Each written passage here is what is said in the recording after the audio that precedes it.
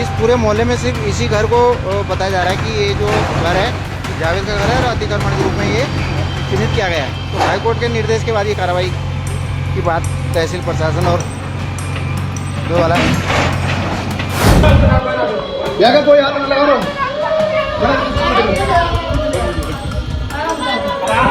कोई नहीं मार रहे कोई हाथ न लगा रहा या तो पुलिस का या छोड़ देंगे, खत्म बात।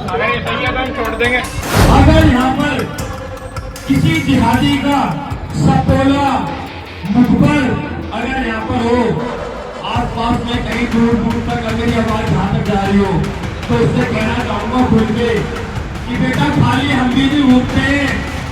पहले मसला था एबीवीपी के कार्यकर्ताओं को, जिनको बहुत बुरी तरीके से उत्तर प्रदेश की पुलिस ने उनकी मांग पूरी ना करके पीट दिया था। उस पर भी घनघोर सन्नाटा उत्तर प्रदेश के अंदर नजर आया था।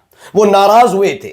उन्होंने भी योगी आदित्यनाथ की सरकार के खिलाफ और योगी का नाम लेकर जबरदस्त नारेबाजी की थी। यानी एबीवीपी के कार्यकर्ताओं ने योगी के खिलाफ मोर्चा खोला था। अब कुछ ऐसा ही हालत बजरंग दल के साथ हो गई है। बजरंग दल के नेताओं की हरकतें तो आप जानते ही हैं। उनकी हरकतों के एवज में उत्तर प्रदेश की पुलिस ने उनके साथ जो किया वो तो दिखाऊंगा ही, लेकिन योगी सरकार की तरफ से कोई इस पर दुख प्रतिक्रिया सामने नहीं आई, बल्कि योगी सरकार के दो मंत्रियों ने आगे आकर, दो नेताओं ने आगे आकर मोर्चा खोल दिया योगी सरकार के खिलाफ। जी हां, योगी के मंत्रियों का ही इस पर विरोध है योगी सरकार से ही। क्या है, कहां का मसला है, क्या हुआ, वो आपको दिखाऊंगा। यही नहीं, आपको दिखाऊंगा हिंदू मुसलमान वाला मसला ना हो तो देहरादून, उत्तराखंड, इन दिनों मुसलमानों की जमीनें, मजार, कब्रिस्तान, मदरसा, इन सब को लेकर बहुत ज्यादा प्रयोगशाला बनाने की कोशिश हो रही है। छोटा सा राज्य, लेकिन इसमें लगातार बने रहने की एक कोशिश है, कवायद है, क्या है, यह आप खबर देखकर समझ जाएंगे। इसके अलावा भी कई महत्वपूर्ण खबर है, कैसे गोरक्षक भाई पूरी तरीके से कानून और संविधान से ऊपर हो गए हैं, कहां कहां क्या क्या तमाशा कर रहे हैं, वो भी देख लीजिएगा। और तो और अडानी साहब को लेकर क्या कुछ कहा जा रहा है एमएनएस प्रमुख यानी राज ठाकरे की तरफ से, वो जरा सुनिएगा। क्योंकि राज ठाकरे एक वक्त में बीजेपी की आंखों के तारे थे, लेकिन इस वक्त उन्होंने जो पोल खोली है जरूर देखना चाहिए। नमस्कार, मैं हूं प्राज्वल गौतम और आप देख रहे हैं the live TV. The live TV, सच सबसे आगे। सबसे पहले शुरुआत इस खबर के साथ करने जा रहा हूं। खबर क्या है, इसमें खबर निकली अमर उजाला ने जो लिखा है, पहले पढ़िए। रायबरेली की खबर थी, बजरंग दल के जिला संयोजक को पीटा, विरोध में धरना हो गया। हुआ क्या, बजरंग दल के जो जिला संयोजक है, बजरंग दल के नेता ने पुलिस पर मारपीट का आरोप लगाया। वारंट पर गिरफ्तारी के बाद विश्व हिंदू परिषद और बजरंग दल का प्रदर्शन हो गया। ये खबर निकल कर आई रायबरेली से। दरअसल रायबरेली में आप विश्व हिंदू परिषद को भी जानते हैं, बजरंग दल को भी जानते हैं, मुझे बताने और समझाने की जरूरत नहीं, लेकिन यह बात भी हकीकत है कि एक वक्त आता है जब ये लोग जब हद पार करता कोई भी, फिर उसके खिलाफ कार्रवाई होती है। पिछले कुछ दिनों से आप देख भी रहे। अब यही हालात यहां पर थे, तो यहां पर पुलिस ने कार्रवाई कर दी। अब कार्रवाई हुई तो क्या हुआ, यूपी के रायबरेली में बजरंग दल के नेता की धुनाई हो गई। पुलिस पर धुनाई करने का आरोप लगा। बजरंग दल के जिला संयोजक की धुनाई कर दी गई। बजरंग दल और विश्व हिंदू परिषद के नेता ने कड़कड़ाटी ठंड में खुले में धरने पर बैठ गए। ओके, इसके बाद इससे पहले बाराबंकी में भी देखिए, मैंने आपको बताया था, एबीवीपी कार्यकर्ताओं की पीठ पर पुलिसिया लाठियों का शक्ति परीक्षण हुआ था। ये तमाम चीजें वहां पर हुई थी। जब एक खबर निकल कर आई कि पुलिस ये कार्रवाई कर रही है, पुलिस ने पीट दिया बजरंग दल के जिला संयोजक जो भी नेता को, उसके बाद योगी सरकार इस पर शांत थी। लेकिन दो मंत्री जी उतर आए, एक मंत्री जी उतर आए और एक और बड़े नेता उतर आए। पहले कुछ तस्वीरें देख ली, शायद इन तस्वीरों को आप पहचानते हो, नहीं पहचानते तो बता दूं, इनमें है दिनेश प्रताप सिंह। ये कभी कांग्रेस के और खास तौर पर गांधी परिवार के करीबी माने जाते थे, लेकिन 2014 में जैसे कई नेताओं का हृदय परिवर्तन हुआ, इनका भी हृदय परिवर्तन हुआ। सपना इनका नहीं पूरा हो पाया। गांधी परिवार के किसी भी सदस्य, चाहे वो सोनिया गांधी हो, चाहे वो फिर राहुल गांधी, उनको हराने का। लेकिन फिलहाल दिनेश प्रताप सिंह को केंद्र यानी मोदी शाह के आदेश पर आराम से मंत्री बनवा दिया गया। लेकिन पिछले कुछ दिनों से योगी आदित्यनाथ के साथ खुश नजर नहीं आते। हाल ही में इनकी तबीयत भी खराब हुई थी और इनके बेटे ने एक बहुत बड़ा बयान दे डाला था। वो बयान था कि बाबा जीने नहीं दे रहा है। अब बाबा कौन सा बाबा, उस समय भी खुलासा नहीं हुआ था। वो बात अलग है कि योगी कैबिनेट के एक और मंत्री ओम प्रकाश राजभर भी उन दिनों अस्पताल में भर्ती हुए थे। योगी आदित्यनाथ उन्हें देखने पहुंचे थे, लेकिन दिनेश प्रताप सिंह भी 2 से 3 दिन तक अस्पताल में रहते हैं। योगी आदित्यनाथ उन्हें देखने नहीं पहुंचते हैं। और जब ये स्वस्थ होकर बाहर आते हैं दिनेश प्रताप सिंह, तो सीधे सीधे ये सिर्फ केशव प्रसाद, माफी चाहूंगा, ब्रजेश पाठक को शुक्रिया अदा करते हैं, योगी आदित्यनाथ का नाम नहीं होता। अब ये दिनेश प्रताप सिंह योगी सरकार के खिलाफ धरने पर बैठ गए। ये धरने की कुछ तस्वीरें पहले आपको दिखा देता हूं। ये क्या है खबर, खबर आई खुद धरने पर बैठे योगी सरकार के मंत्री दिनेश प्रताप सिंह बजरंग दल और वीएचपी के नेताओं के साथ धरने पर बैठ गए। रायबरेली पुलिस पर बजरंग दल के जिला संयोजक की कुटाई का आरोप है। मामला गोकशी से जुड़े मामले में गवाही और गैर हाजिरी का है। इससे पहले मंत्री दिनेश प्रताप सिंह को प्रताड़ना के चलते ब्रेन हेमरेज भी हो चुका है। ये मैं पहले ही बता चुका। अभी जो मैंने आप पूरी कहानी बताई, इनके बेटे ने तो कह दिया था बाबा जी ने नहीं दे रहा, वही है।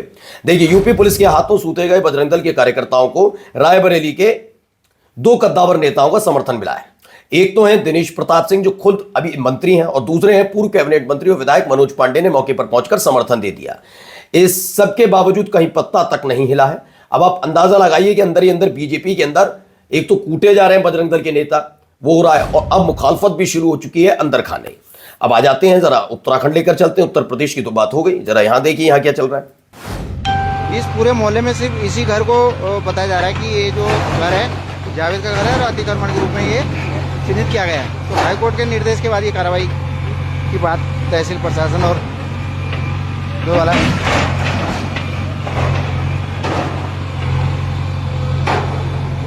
तो आप अंदाजा लगाइए, कहा गया है ये जो कार्रवाई हो रही है प्रशासन की तरफ से की जा रही है, अदालत के आदेश पर की जा रही है। लेकिन पूरी ये कॉलोनी आपको नजर आती होगी, और भी कई मकान बने हैं, लेकिन सिर्फ एक मकान इन्हें अवैध नजर आया। ये देहरादून का मसला निकल कर सामने आया है, और वो मुसलमान का घर है, ये छुपा भी किसी से नहीं है, होता भी अमूमन यही है।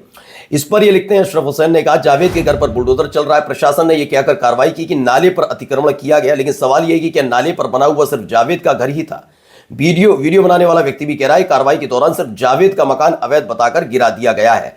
बाकी जो तस्वीरें हैं, रोती बिलखती महिलाएं आप देख ही रहे, कैसे क्या फर्क पड़ता है। ये तस्वीर भी देखिए कैसे रो रही हैं, बिलख रही हैं, लेकिन कोई फर्क नहीं पड़ता, सिर्फ उनका ही घर टूटेगा, ये आपको पहले से भी पता था। चलिए अगली खबर देखिए, इन सब का क्या होता है, इन सब के लिए क्या कार्रवाई हुई, क्या क्या हुआ। कोई हाथ ना लगा लो।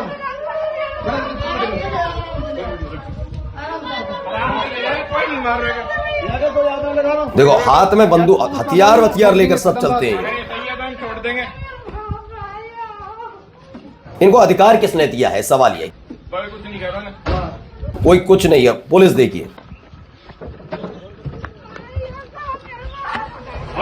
तो team Sonu sarpanch Rewari, team doctor Govind Vrindavan कसाई को घर से गौ माता को काटते पकड़ा गया। दावा यह है कि ये सारे के सारे हिंदुवादी संगठन, अब दावा पुलिस भी वहां पर मौजूद नजर आती है, और ये हाथ में हथियार लेकर इसे लेकर जाते हुए नजर आते हैं। जो काम पुलिस का है वो ये कर रहे हैं और करेंगे भी। जब देखिए ऐसे ऐसे बयान, ऐसी ऐसी हरकतों पर कार्रवाई नहीं होगी तो हर कोई बनेगा। देखिए अगर यहाँ पर किसी जिहादी का सपोला मुखबर अगर यहाँ पर हो, आसपास में कहीं दूर दूर तक अगर ये आवाज जहां तक जा रही हो, तो उससे कहना चाहूंगा खुल के कि बेटा खाली हम भी नहीं घूमते हैं। 1-2.5 किलो और आधी किलो का लोहा और 3 एवं 2.5 एवं का पिस्टल भी लेके चलते हैं। सुन रहे हैं आप, हम क्या क्या लेकर चलते हैं, कौन कौन से हथियार लेकर चलते हैं, ये बताया जा रहा है। इन पर कार्रवाई नहीं, जितने आप देख रहे होंगे जो अमूमन आपने पश्चिमी उत्तर प्रदेश में इस तरह की खबरों में इनको अमूमन पाया होगा, इनको कोई फर्क नहीं पड़ता। इन्होंने कानून को खूंटी पर टांगा, और जो कानून के रक्षक हैं वो भी कहते हैं अटकने दो, हमें क्या फर्क पड़ रहा है। जब ऊपर वाले तैयार नहीं है कार्रवाई के लिए, हम क्या करें।